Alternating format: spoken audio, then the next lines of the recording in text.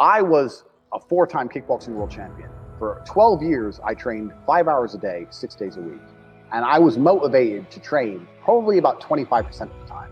The rest of the time I went because I am disciplined. You don't feel like going through that shit on a Wednesday morning when you wake up, but you have to do it because you're disciplined. You're either a disciplined individual or you are not a disciplined individual. There's a difference between want and want. And I say this all the time.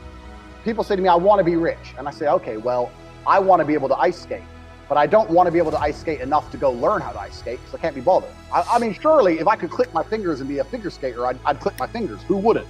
But I don't want to actually go train because I don't want it enough. And this is the exact point with money. Everyone wants money put on their lap.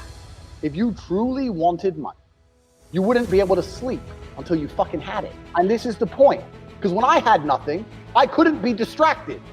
You couldn't distract me from what I wanted. That's who I am. If I want something, I'm going to get it.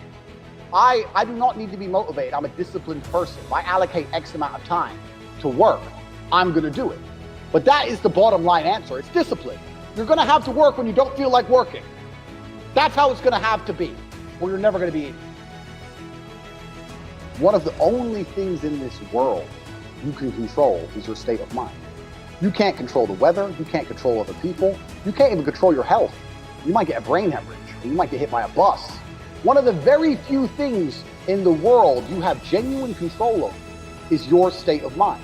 You decide if you're a disciplined person. You decide if you're a happy person. You decide if you're a depressed person. These are things that in real time you can affect in your brain. This is all you can control on Earth. If you can't control that, then you're just a feather in the wind. And life's gonna blow you around, and you might land somewhere good, you might land dog shit, nobody knows. Your state of mind is what you should be able to control. If you can't wake up and say, today I'm making some money, and actually try your very, very best, and actually stay dedicated to that task. If you can't do that, motivation isn't real. Everyone says this. Motivation is not real, discipline's real. I do not feel like training, but I still train because I'm a disciplined individual. You don't get to go through life only doing the things you feel like doing. So this is down to you, my friend. And listen, you may feel fired up for 10 minutes after this little talk, but you're not going to feel fired up forever. You need to put systems in place. You need to get discipline. You need to get an atmosphere of people around you who are going to keep you accountable and not make it easy for you to continue to be a fucking nobody. And then you're going to fix your life. Otherwise, you're going to stay a nobody. You're tired. You don't want to work. You want to go to sleep and just relax. You do it anyway. that is the most basic imperative of the masculine frame, which has been destroyed in real time. They are trying to convince you that you should act how you feel. You should show more of your feelings. If you feel this way, you should show it. If you want to cry, cry. What I'm saying is the reason they're trying to bring out emotionality in you is because of exactly what Myron said. Most of the time, you don't feel like doing the things you're supposed to do. But the true masculine frame throughout history was doing the things they didn't want to do, but they knew they had to do because they had honor and duty. That's what honor and duty means. Do you think the men on the Titanic wanted to stay on the fucking Titanic? No, we're men. We have to stay. We're scared, but we must. It's our duty to let the women and children on the lifeboats. This is masculine duty. A good man controls himself. I have absolute self-control. Emotional control is absolutely and utterly important as a man. I'm saying that you need to understand as a man, there are certain principles under which you act regardless of how you feel. I can wake up in a terrible mood. I can wake up sad. I can ache. I can have a busy day, stressed, etc. I will complete the same tasks as if I woke up in a fantastic mood.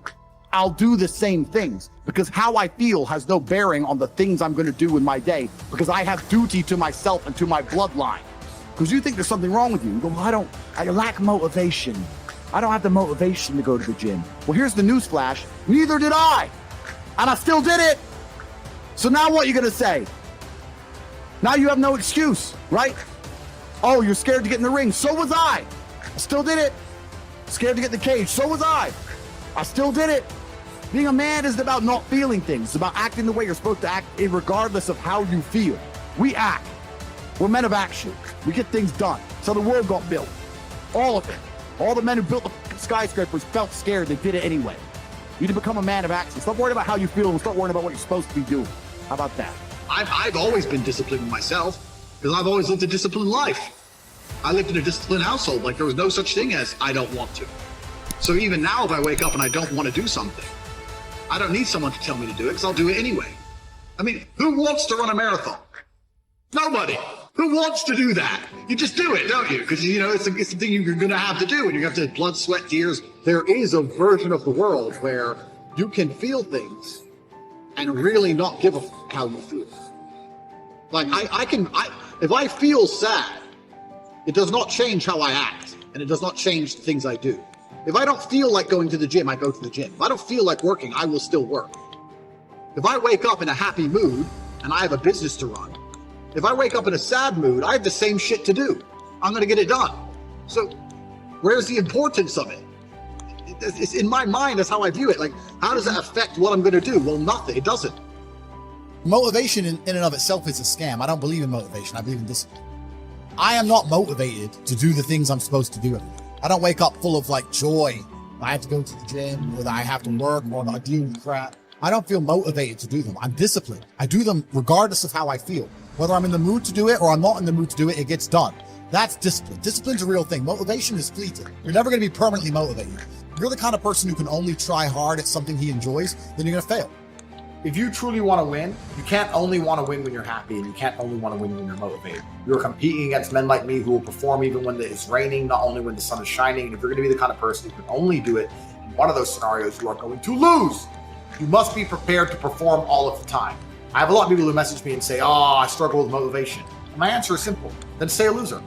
If you can't find the motivation to not be a loser, then I strongly recommend you just stay a loser, stay in your lane, and stay out of my way. I have no time for people who cannot find the motivation to fix themselves and fix their own lives.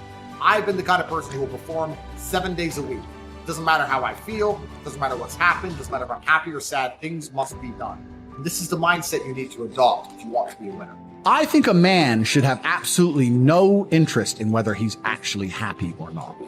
If I wake up and I'm unhappy, I will do the exact same things as if I am happy. I will go to the gym the same. I will work the same. How I feel has no impact on how I live my life. I don't think happiness as an index is a healthy view for a man to have on life success. If you're waking up and going, oh, am I happy? Am I not? You're looking at life wrong. I think as a man, if you put happiness if you move it down the scale, right? And you start looking at, am I successful? Am I competent? You know, am I achieving things? Am I respected? If you start to look at these indicators of your life, you're going to end up being happier without actually analyzing if you're happy or not. You have to just work. At some point you have to bite the bullet and just work. Working harder is never going to not help. No matter what scenario you're in, working harder is never going to not help you. And it's amazing that I give different versions of the same answer for 99% of the questions I'm asked. Work harder. If you have a problem, whether you're broke, whether you're out of shape, whether your friend dies, whether your girl leaves you, whether you're depressed, whatever it is, working harder is almost always the answer. So you know what you need to do. You need to do it. And what's amazing, again, is kind of like the antidote. If you take the antidote before the poison, then you never get sick in the first place. If you're always working as hard as possible, if you're always working your ass off and trying to be the best version of yourself every single day, then you never get sick in the first place. You're already working, you're already taking the antidote. So things can't attach to you, they can't get hold of you. Working hard is the antidote to everything. So why don't you just do it in advance? Why don't your life just become work like mine? Why don't you just dedicate yourself to a cause and get up and do what you're supposed to do every single day? I can't stand quitters.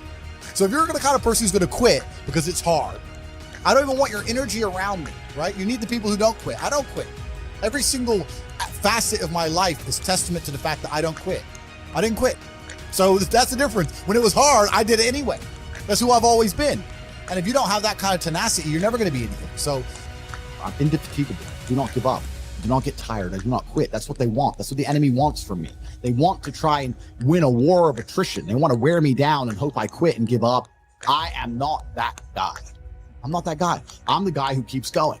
And if you're truly indefatigable in life, and perspicacious, that's my favorite saying, the one I say all the time, unmatched perspicacity coupled with sheer indefatigability makes me a feared opponent in any realm of human endeavor. It's absolutely and utterly true. If you pay attention to the things that are happening around you and you do not quit, you will be a dangerous opponent in any realm of human endeavor. It doesn't matter what you try and do.